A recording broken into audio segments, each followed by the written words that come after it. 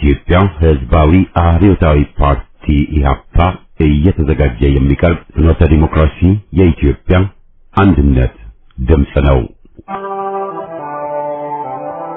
ጤና ይስጥልኝ። እንደምን አመሻችሁ አድማጮቻችን። ዛሬ ማክሰኞ ጥር 19 ቀን 2018 ዓመተ ምህረት ነው። የደምቢ ዶሎ ዩኒቨርሲቲ ተማሪዎች የነበሩትና በአክራሪ የኦሮሞ አሸባሪዎች የታገቱት ተማሪዎች ጉዳይ እስካሁን እልባትን አላገኘም። ብዙዎቹ ልጃገረዶች የሆኑት እነዚህ የአማራ ወጣቶች ከታገቱ ማክሰኞ ጥር 19 ቀን 2219 ቀናት አለፋቸው። የወጣቶቹ ሰቆቃ ያብቃ እንበል። እስከ መቼ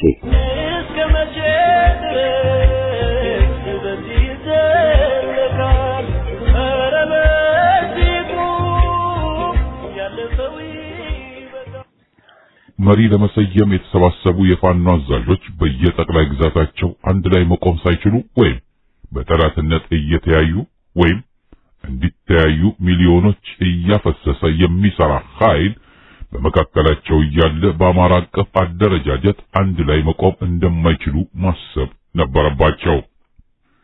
እስክንድር በአማራ ሕዝብ ትግል ስም የሰበሰበውን ገንዘብ የአማራ ልጆች በሚከፍሉት መስዋዕትነት የሚሰራውን ገርል እየገዛ ያናወዘውን የስልጣን ወልፉ ለማርካትና የአማራን መስዋዕትነት የስልጣን መወጣጫና በፈንጫ አድርጎ የሚቆጠር በፍቅረ ስልጣን የተለከፈ ሰው ነው።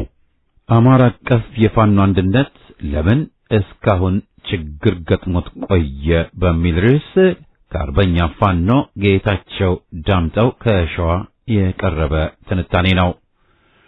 ከዜናውና ከፍኖተ ዴሞክራሲ ዝግጅት ክፍል ከቀረበው ሐተታ በማስከተል አቅርበን የዝግጅታችን ፍጻሜ ይሆናል።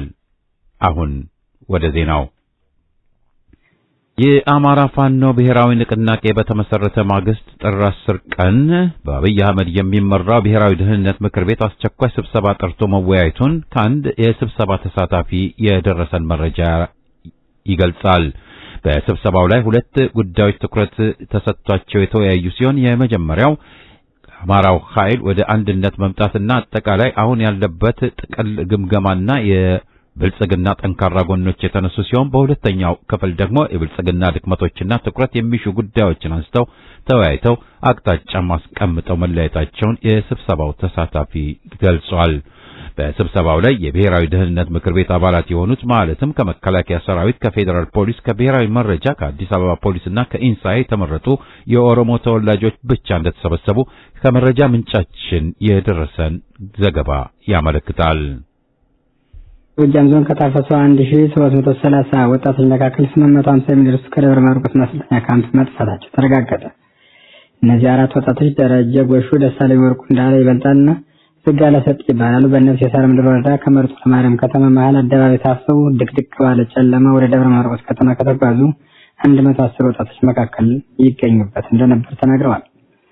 በመርጦ ለማርያም ዙሪያ የሸዋኝ ቀበሌ ነዋሪ ሲሆን ከመተሰበክ በደረሰበት የአንጀት መታጠፍ በቀዶ ጥገና ሕክምና ህይወቱ የተረፈች መሆኑን የሚመሰክረው ለምጽ በወዱ መሃል ተመልክተናል። ቀሪ 3 ወጣቶች ከተሰማሩበት የጉልበት ስራ በሚሊሻዎች ታፍሰው ቀሳ ወደ ማሰልጠኛ ካምፕ እንደተወሰዱም ተናግረዋል።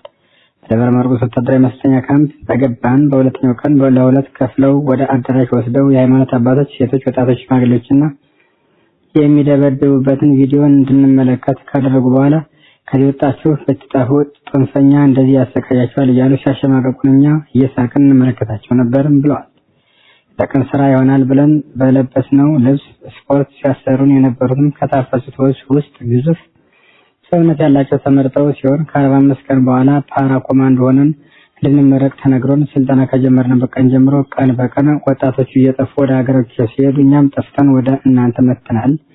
ከዚህ ከመጣን በኋላም አስፈላጊውን እንክብካቤ ተደርጎልናል በማለት የ206ኛ ኮር ምስጋናቸውን አቅርበዋል። ፓራ ኮማንዶ የሚለውን ሳይገባን በቀን ስራ ልባችንና በባዶ እግራችን አሰልጥነው ወደ ጦርነት ሊማገሩን መሆኑን በመረዳት በማሰልጠኛው ከነበረው 1330 ታፋኝ መካከል 850 የምንሆነው እየጠፋን ወደ ፋኖ ተቀላቅለናል ብለዋል።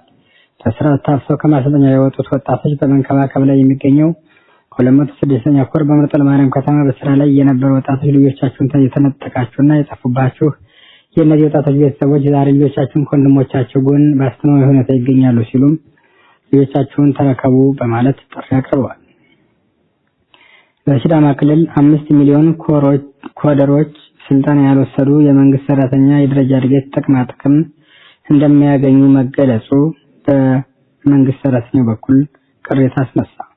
የሲዳማ አካባቢ የህዝብ አገልግሎትና የሰው ሀብት ልማት ሁሉም የመንግስት ሰራተኞች ምንም አይነት ደረጃ እድገት አንሰጣችሁም በመባላቸው ምክንያት ከፍተኛ የሆነ ፖለቲካዊ ንቅናቄ ሲያደርጉ ውለዋል። ቢሮ ለሁሉም መንግስት ተቋማት ዞኖችና ከተማ አስተዳደር ባሰራጨው ደብዳቤ እንደገለጸው ያልያዙ ሰራተኞች ወደፊት በሚኖሩ የደረጃ እድገት የዝውውር ጥያቄዎችና ሌሎች ጥቅማ ጥቅሞች ተጠቃሚ አይሆኑም ብለዋል።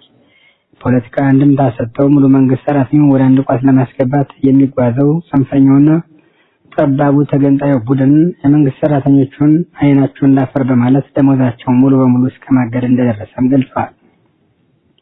በዚህ ምክንያት በርካታ የመንግስት ሰራተኞች ተቃውሟቸውን እያሰሙ ሲሆን ቀጥታ ወደ ጫካ ገብተን የትጥቅ ትግል ከማካሄድ ውጭ ቤታችን ተቀምጠን እየተራብን ልጆቻችን ሲያለቅሱ ማስናት አንችልም የሚል ጠበቅ ያለ ተቃውሟቸውን ሲያሰሙ ውለዋል። የዕለቱ ዜና እዚያ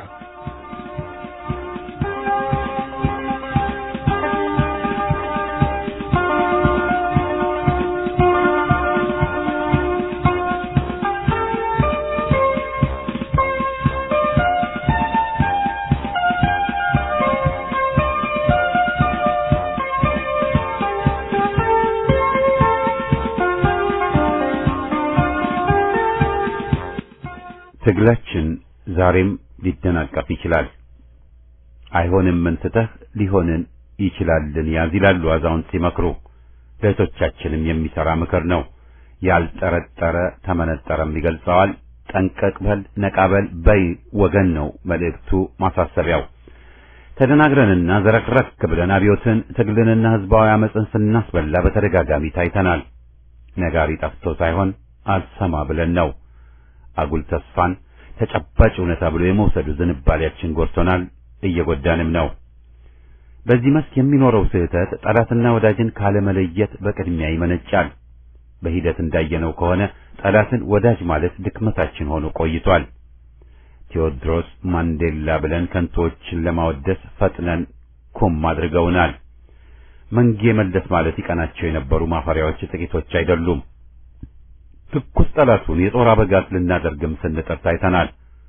ዛሬ ማንም የማይክደው ሀቅ ህዝብ ላይ ወንጀልና በደል የፈጸሙት ሳይቀሩ ዓለምንም ንስሐ ከህዝብ ጎራ መጥለቅ ብቻ ሳይሆን ብቸኛ ታጋይ ሊባሉም ጥቂት ቀርቷቸዋል። ላይጸኑ፣ ላያታግሉ፣ ላይታገሉ ወያኔ የበከለው ለምሳሌ በቃላት ጋጋታ ሊነጻ አይቻለውም። ከወያኔ ራቅን ተለየን ይሉ የነበረውን ያጤኗል።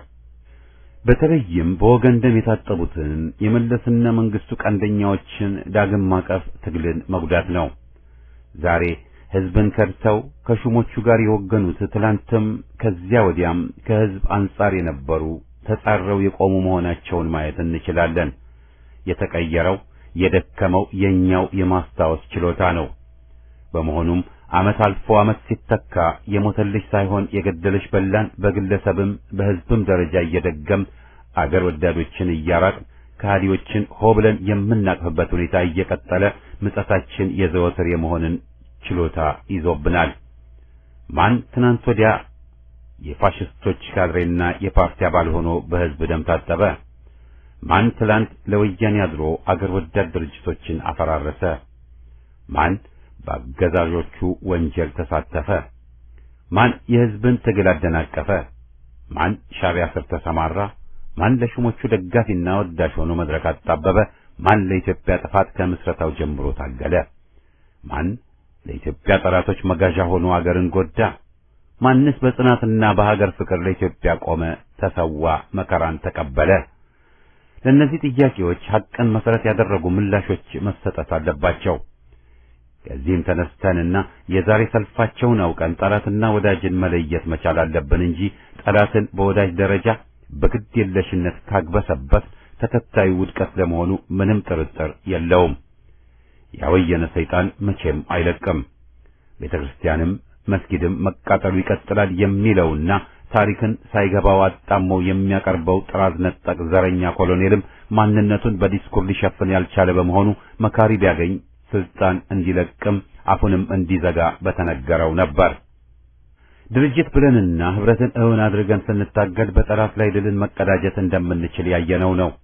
ትግላችን አሁንም ሊደናቀፍና ካየነው በባሰ ለስቃይና መከራ ልንዳረግ የምንችለው ኢትዮጵያዊነትን ዘንግተን ወይም ጠበን ተከፋፍለን በተናጠል ለዘረኞቹ ሰለባ ከሆን ነው።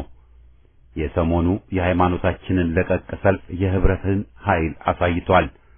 ሰልፉ በተወሰነ ደረጃም ሊሻጠር መቻሉ ድክመታችንን ጠቁሟል።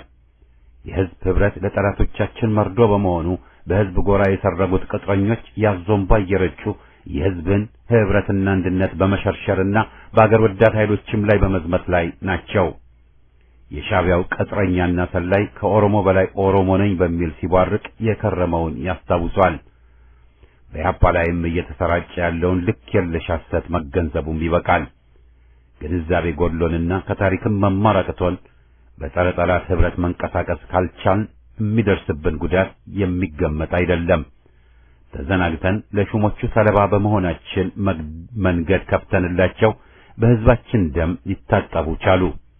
ዘላቂ ባይሆንም የስልጣን ባለቤቶች ነን ብለው ሊባልጉም እድል ሰጠናቸው። ዛሬ በወያኔ ያየነው በሹሞቹ ተተክቶ ግደይ በገለታ ተቀየረ እንጂ መሰረታዊ ለውጥ ተኖ ጠፍቷል። ህብረታችንና ትግላችን ሲዘነጋ በታተኑን፣ በቀላሉ አጠቁን፣ በአሰቃቂ ደረጃ ደፈሩን። ጊዜን የጨበጠ ቅል ሆኑብን። የህዝብ ጠላቶች ስልጣናቸውን ለመከላከል ይጠቅመናል ያሉትን መገልገላቸው የሚጠበቅ ነው።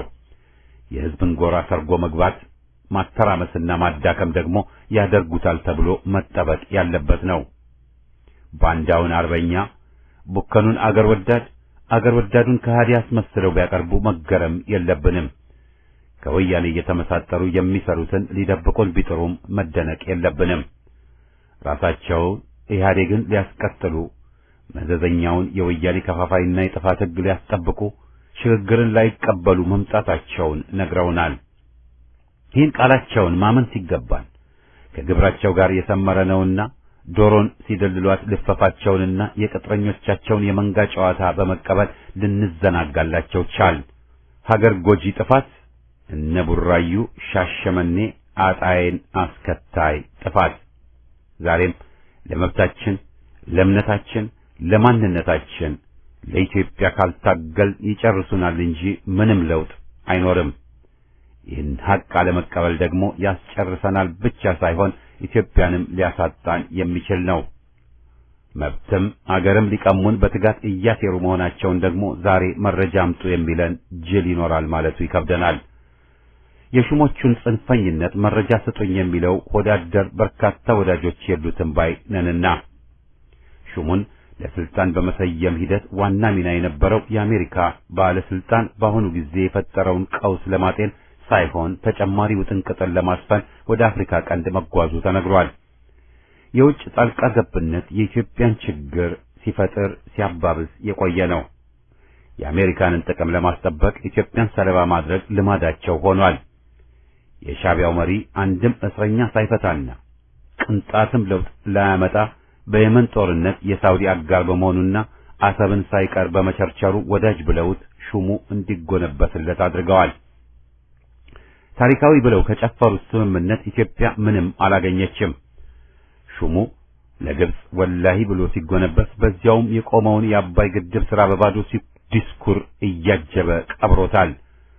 ለኢትዮጵያ ጥቅም የቆመና በሕዝብ የተመረጠ መንግስት ያጣችው አገራችን ለባዕዳን ሰለባ ሆና ዘመናት አሳልፋለች። የዚህን ሀቅ መዘዝ መረዳትና ጉዳቱንም ማስቆም ካልቻል ነገም ትግላችን ማጅራቱን ተመትቶ ድላችንን እንደምንቀማ ምንም ጥርጥር የለውም። የባዕዳንን ጥንስስ ተቀብለን ወደ ጠመቃው ከመግባት ፈንታ እንደ ሱዳንና አልጄሪያ ሕዝብ ትግላችንን ሙጭጭ ብለንና አገራችንን አስቀድመን ጸንተን ታግለን በነበር የዛሬው እንባችን ሲፈስ ባልታየም ነበር። ይህን የሉዓላዊነት ማጣት ሁኔታ ባጭሩ ልንቀጭ ካልቻል ጠላቶች ትግላችንን እንደሚያደናቅፉ ማወቅ ይኖርብናል። የባዕዳን ቅጥረኛ በመሆን የነሱን ዓላማ ከግብ ለማድረስ ተባባሪ የሆኑትን ሁሉ ሕዝብ አውቆና በጠላትነትና በከሃዲነት ፈርጆ ቅጣታቸውን ሊሰጣቸውም ይገባል። ባንዳን አገር ወዳድ ማለቱ ማብቃት ይገባዋል ማለት ነው። ትግላችንን እንዳይደናቀፍ ተባብረንና ኢትዮጵያን አስቀድመን መታገል ይኖርብናል። የዘረኞችና ከሃዲዎች መንጋ ይበታተናል። ጸረ ወያኔ ጸረ ኢህአዴግ ትግላችን ተፋፍሞ ይቀጥል። ኢትዮጵያዊነት ዘረኞችን ያሸንፋል።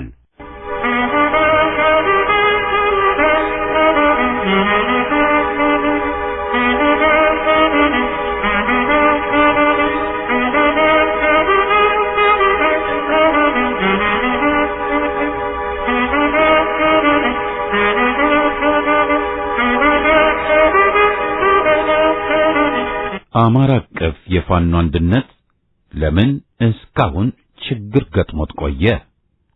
ከአርበኛ ፋኖ ጌታቸው ዳምጠው ከሸዋ ክፍል 1። በየጠቅላይ ግዛቱ በሚንቀሳቀሱ የፋኖ አደረጃጀቶች አነሳሽነትና በቅን አሳቢ አማራዎች ግፊት የአማራ ፋኖን ወደ አንድ የተማከለ አደረጃጀት ለማምጣት በርካታ ጥረቶችና ሙከራዎች ተደርገዋል፣ ሲደረጉም ቆይተዋል። ሆኖም ግን ጥረቶችና ሙከራዎች ሁሉ አንድ መሰረታዊ ችግር ነበረባቸው። ጥረቶቹና ሙከራዎቹ የተደረጉት በየአካባቢው በሚንቀሳቀሱ የፋኖ አደረጃጀቶች መካከል ጣልቃ የገባ ልዩነትና አለመግባባት እንዲሰፍን ያለ እረፍት የሚሰራ ችግር ጠማቂ ኃይል እንደሌለ በመቁጠርና የፈጠረውን ችግር በማለባበስ ነበር። አለባብሰው ቢያርሱ ባረም ይመለሱ እንዲሉ በፋኖች መካከል የተፈጠረውን ችግር ምንጭ በድፍረት ሳይመረምሩ በየጠቅላይ ግዛቱ ወገን ለይተው የየራሳቸው አደረጃጀት የመሰረቱትን ፋኖች እንዲሰበሰቡ በማድረግ ብቻ ዘለቄታ ያለውና እንደ ብረት የጠነከረ አንድነት ያለው የተማከለ የአማራ አደረጃጀት እንዲፈጥሩ ማድረግ ፈታኝ ሆኖ ቆይቷል። በየጠቅላይ ግዛቱ የሚንቀሳቀሱ ፋኖች አንድ አለመሆናቸው ብቻ ሳይሆን እንደ ጠላት እንዲተያዩና በጦር እንዲፈላለጉ በተደረጉበት ሁኔታ ከላይ የተንጠለጠለ መሪ በመሰየም የአማራ ፋኖ አንድነት ሊመጣ ሲል ወሽመጥ በመክተት ደም ማፋሰስ የጠላት ሴራ ነበር።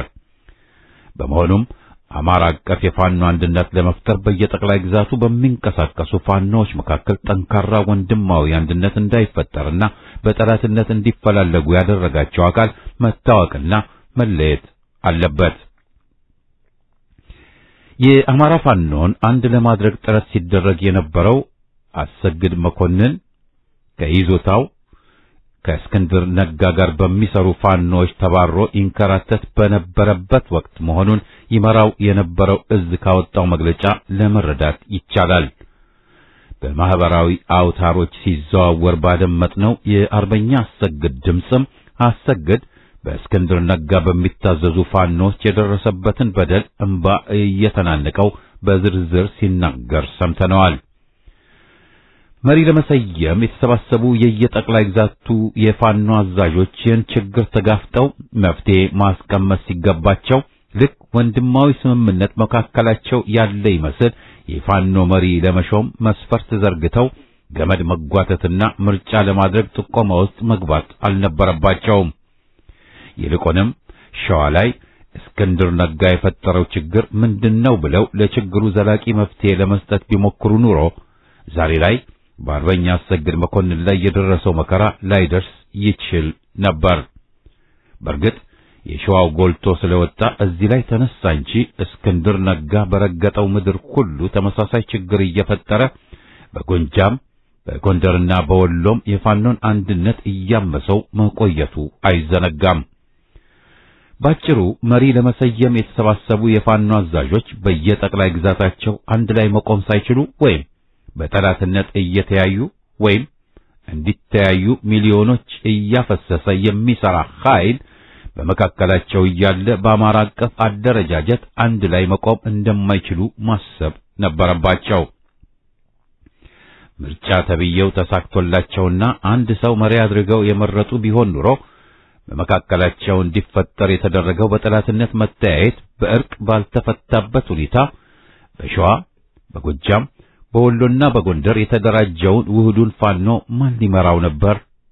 የሸዋውን እዝ የሚመራው አሰግድ ወይስ መከታው? የጎንደሩንስ? የወሎውንስ? የጎጃሙንስ? ብለው አርቀው ሳያስቡ አማራ አቀፍ የፋኖ እውነተኛ አንድነት ለማምጣት መሞከራቸው ትልቅ ስህተት ነው። እስክንድር የተባለ መርዘኛ ግለሰብ ይህን ክፍተት ተጠቅሞ የጠላትነት ተልእኮውን በሚገባ ተወጣ።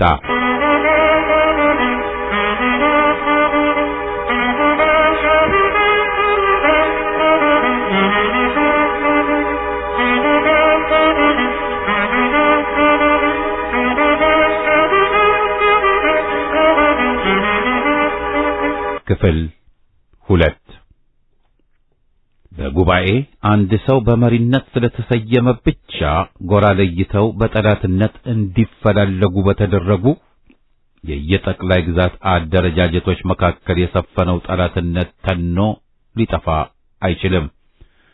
በጠላትነት በሚፈላለጉ ቡድኖች እርቅ ሳያወርዱ አንድ ለማድረግ የሚደረግ ጥረት ውጤቱ አንዱ አንዱን ጥሎ ማለፍ ካልሆነ በስተቀር እውነተኛ አንድነት ሊያመጣ አይችልም።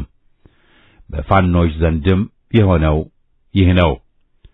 ባጭሩ በፋኖች ዘንድ ተገቢው ክብደት ተሰጥቶት ብቻውን ተለይቶ መታየት የነበረበትና ከፍ ብለው ለታዩት ችግሮች ሁሉ መንስኤ የሆነው የእስክንድር ነጋ ጉዳይ ሳይፈታ የፋኖ አንድነት ሊመጣ እንደማይችል እርግጥ ነበር። እስክንድር ነጋ እንደ ፋኖ አንድነት ዋናው የችግር ምንጭ ታይቶ የፈጠራቸው ችግሮች ቅድሚያ መፍትሄ እስካልተሰጣቸውና እሱም በቁጥጥር ስር እስካልዋለ ድረስ የአንድነት ጥረት ውጤቱ ወደፊትም ውሃ ቅዳ ውሃ መልስ ነው።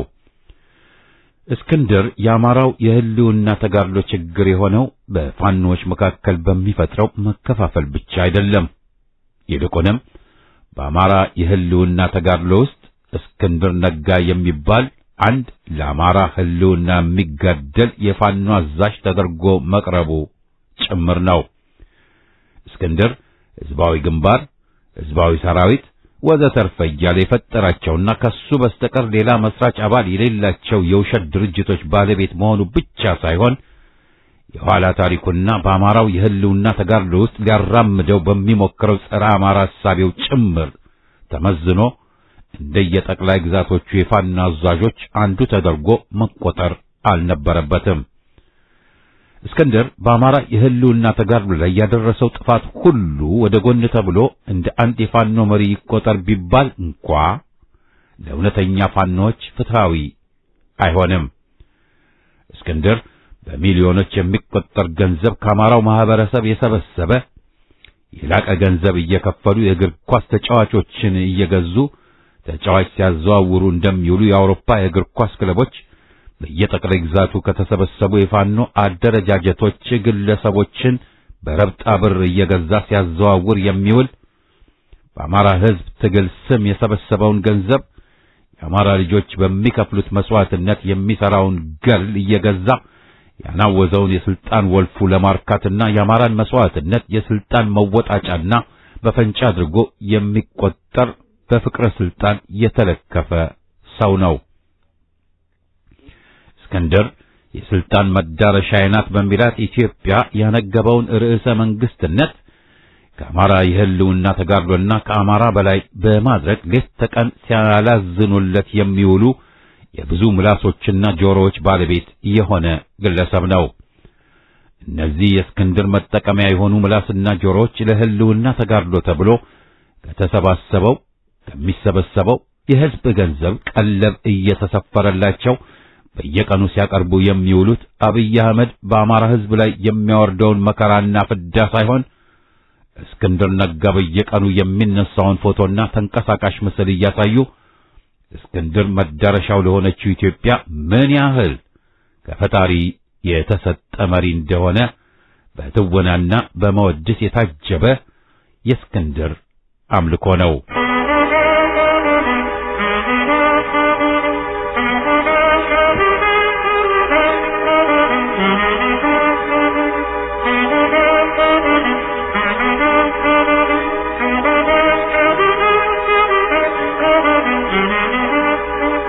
ክፍል 3 ከእስክንድር ጋር ለውድድር ቀረቡ የተባሉት እውነተኛ የፋኖ መሪዎች ደግሞ በዓላማ ከሚከተላቸው የድሃ ገበሬ ልጅ ውጭ ምንም የሌላቸው፣ በትከሻ ወይም በአህያ የተያዘ በሶ ቆሎና ጥሬ እየበሉ በወጣ ገባው አስቸጋሪ የአገራችን መልክዓ ምድር ሲወጡና ሲወርዱ የሚውሉ ምስኪኖች ናቸው።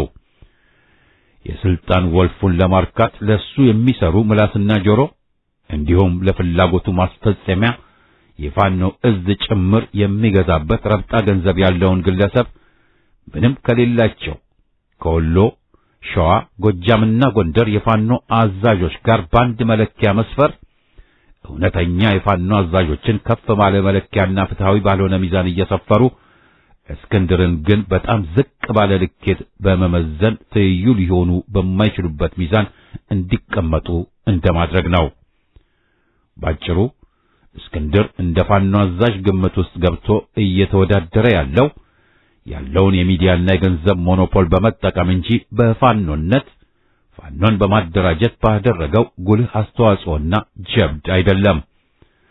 በስተመጨረሻም የፋኖ መሪ ሆኜ ተመርጫለሁ ብሎ ያወጀው ከሕዝብ የሰበሰበው መጠቀሚያ ገንዘብ ስላለው ዝናለኝ ብሎ ስለሚያስብ በየቀኑ ስለሱ የሚያላዝኑ ተከፋይ ምላሶችና ጆሮዎች በመመካት እንጂ መልምሎ ባሰለጠናቸው ተዋጊዎች ባደራጃቸው የፋኖ ብርጌዶችና በሰጠው በሳል አመራር ተመዝኖ አይደለም። ለምናውቀው የፋኖ ተጋድሎ ከተጀመረ ወዲህ እስክንድር ከጅምሩ ጀምሮ ይህን ሁሉ በሕዝብ ገንዘብ የገዛውን የምላስና ጆሮ ተጎታች ጭኖ ሲንገታገት የከረመው የስልጣን ጥማቱን ለማርካት እንጂ ለአማራው የህልውና ተጋድሎ ሊያውለው እንዳልሆነ ግልጽ ነበር።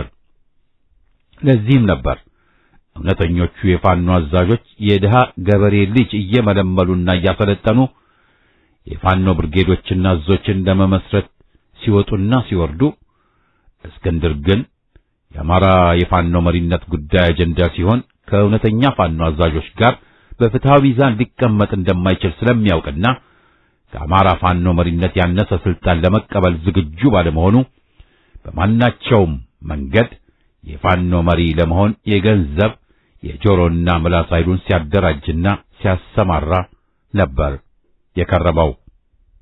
ተከታዩን በረቡዕ ዝግጅታችን እናቀርባለን።